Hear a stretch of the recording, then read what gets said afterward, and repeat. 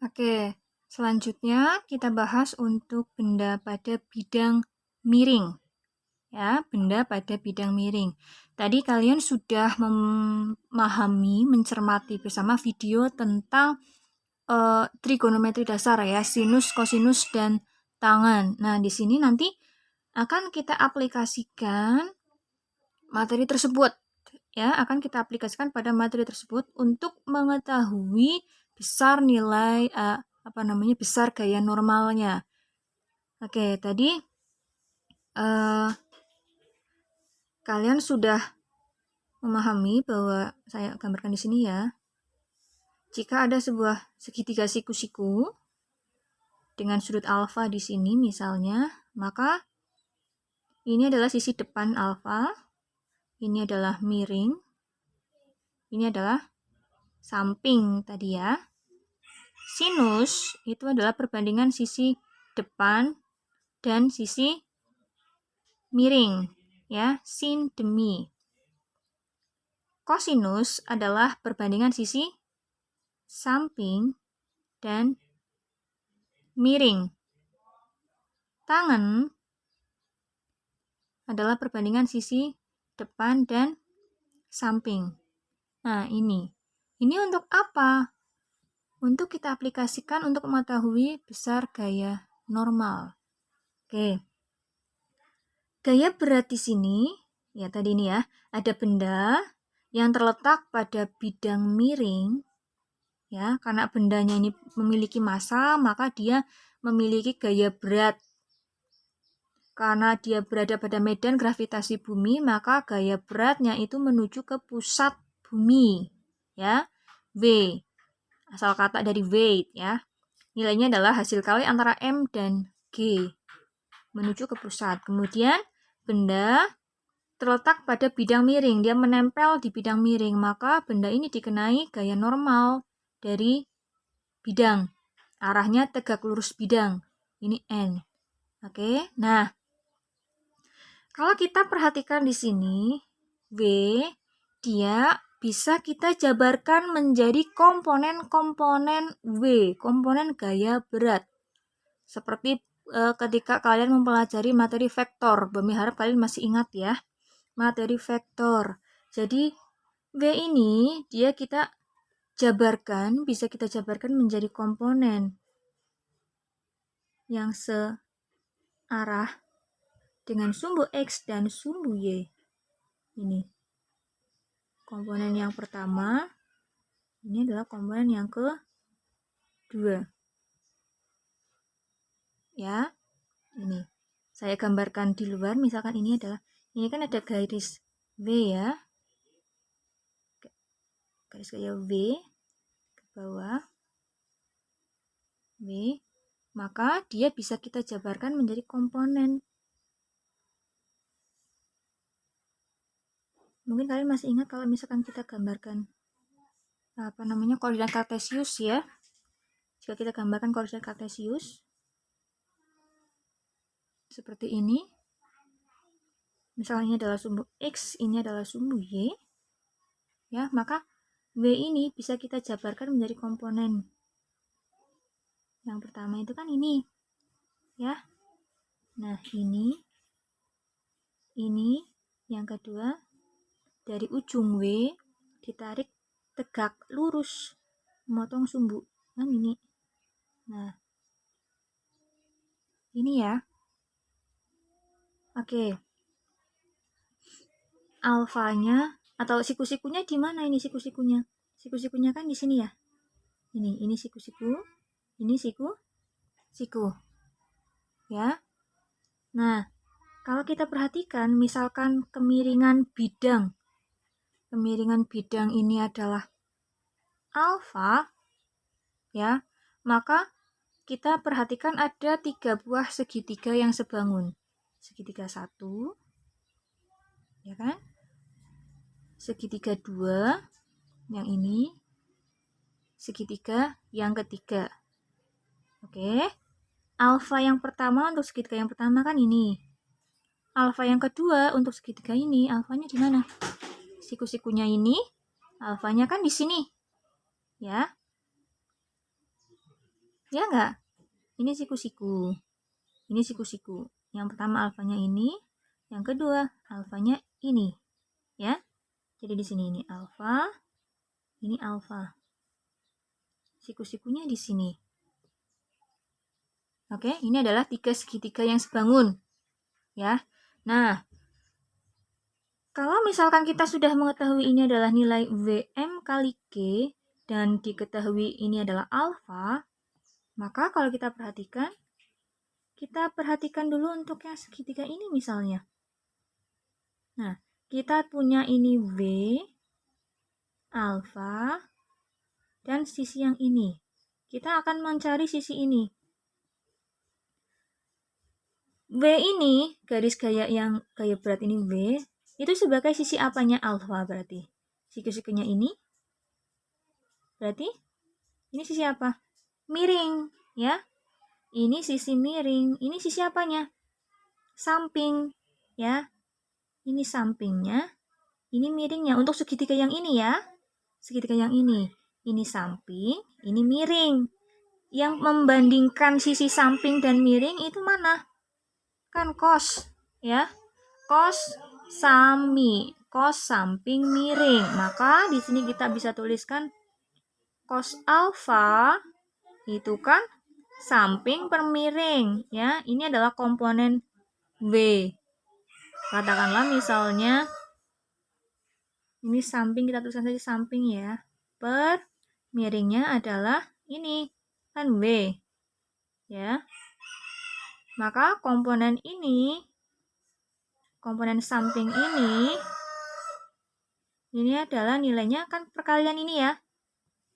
Kali silang, nilainya adalah V cos alfa. Oke. Jadi komponen gaya yang ini adalah V cos alfa. Paham? Nah, selanjutnya untuk yang ini. Di sini, ini kan alfa. Ini sisi miringnya. Ini siku-sikunya. Kita mau mencari nilai ini. Ini sisi apanya alfa? Kan depan. Ya. Nah, yang membandingkan depan dan miring itu mana? Kan sin. Oke. Berarti sin alfa ini kan sisi depan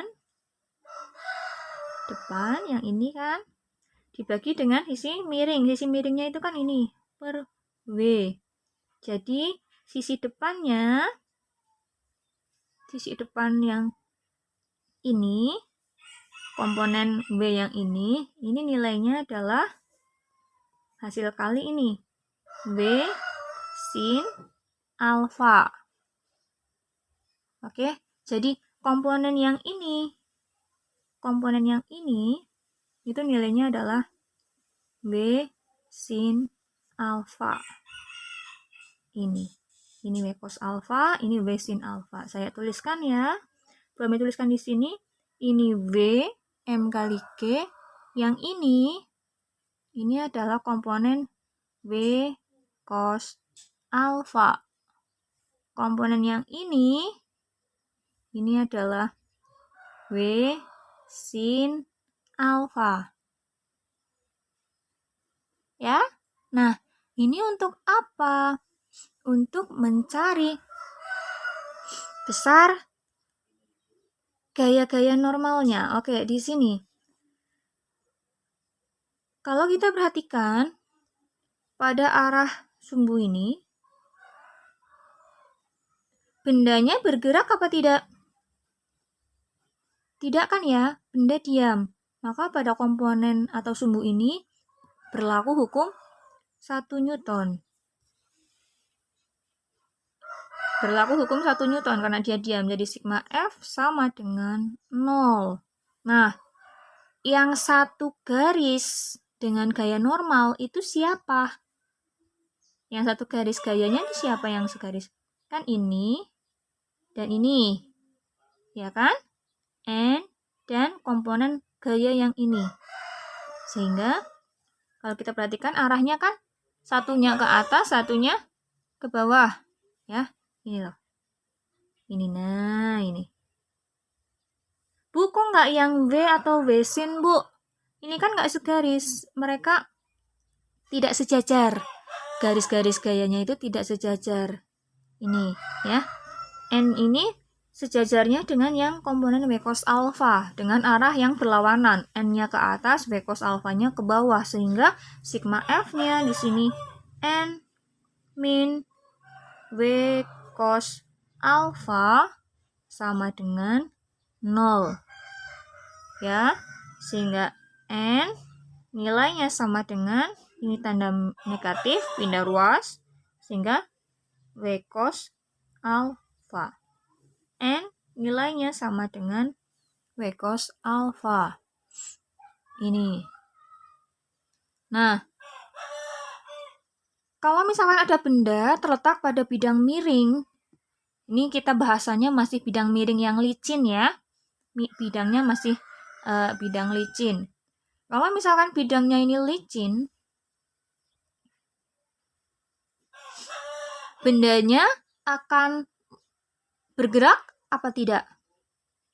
Bergerak tentu saja ya. Jika ada benda, dia terletak pada bidang miring di sini misalnya, maka dia akan bergerak turun. Ya, karena dia bergerak, maka berlaku hukum kedua Newton. Sigma F sama dengan M dikali A. Hukum 2 Newton. Sigma F sama dengan M dikali A. Gini. Bergeraknya kemana? Dia meluncurnya ke sini, searah dengan bidangnya ya. Berada pada sesuai dengan kemiringan bidangnya. Jadi dia akan meluncur ke sini. Siapa yang menyebabkan dia meluncur sebenarnya? Nah, di sini kalian lihat ada gaya yang menyebabkan bendanya meluncur. Gaya yang menarik. Siapa ini? Yaitu W sin alfa. Ada yang menahan apa tidak? Pada arah gerak bendanya, pada arah ini, kan hanya ada satu gaya ya. Hanya ini. Hanya ini. Jadi berlakunya sigma F. Gayanya hanya W sin alfa. Nanti lain ceritanya jika bidangnya itu kasar. Kalau bidangnya kasar, maka ada gaya gesek yang menahan. Ya, karena ini kita masih membahas pada bidang licin, maka tidak ada gaya yang menahan. Jadi hanya ada gaya yang menarik, yaitu W sin alfa. Menarik di sini. W sin alfa. Jadi nilainya W sin alfa sama dengan M dikali A. Oke, W sin alfa sama dengan M dikali A.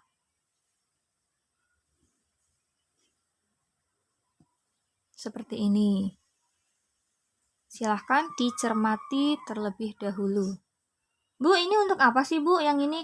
Ini biasanya untuk mencari percepatan benda. Misalnya kita akan mengetahui percepatan bendanya, kita gunakan ini. Ini untuk benda pada bidang miring licin, ya. Benda pada bidang miring licin. Oke, silakan dicermati. Nanti akan Bu Ami posting juga untuk contoh soalnya. Jika ada yang mau ditanyakan, silahkan.